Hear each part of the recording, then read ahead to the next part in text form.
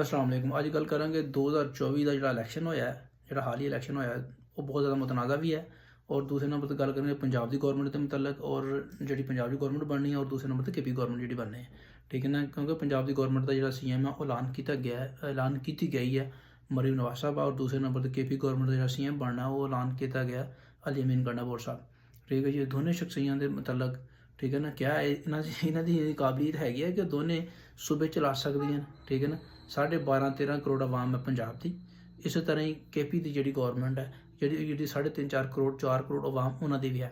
ठीक है ना, क्या इन्नी जो ना इन्होंने लोगों को आवाम की ख्वाहिशात के मुताबिक, उन्होंने मंगों के मुताबिक, उन्होंने जो दावे नारे किए गए उन्होंने मुताबिक काम कर सकती हैं।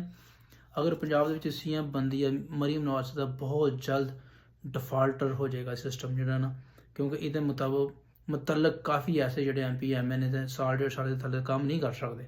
बड़े बड़े